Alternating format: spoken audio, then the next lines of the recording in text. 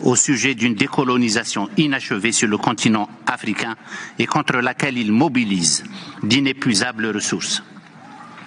Ainsi, la propagande de souk, dont nous avons écouté quelques extraits hier et aujourd'hui, demeure classique, que le royaume n'a de cesse de perfectionner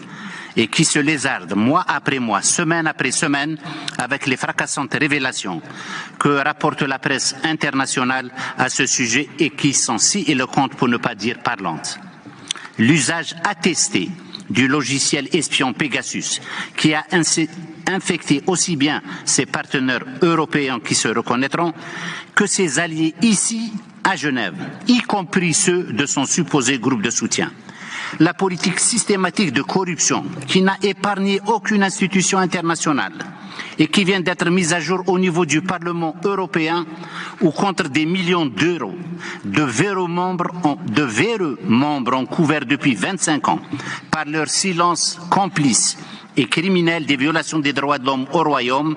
et imposer un blackout sur les exactions commises par les forces d'occupation marocaines au Sahara occidental, ainsi que la spoliation des ressources naturelles de ce territoire, et cela contre l'avis de la Cour de justice européenne.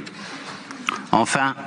et la liste ne s'arrête pas, le recours à une société de conseil en guerre médiatique qui, contre rémunération, a mené des attaques coordonnées depuis plusieurs endroits du monde contre les défenseurs de droits de l'homme marocains et étrangers, des journalistes, des hommes politiques, des leaders syndicaux et des États, y compris le mien, falsifiant les données, les points de vue et cherchant à discréditer toute forme d'opposition.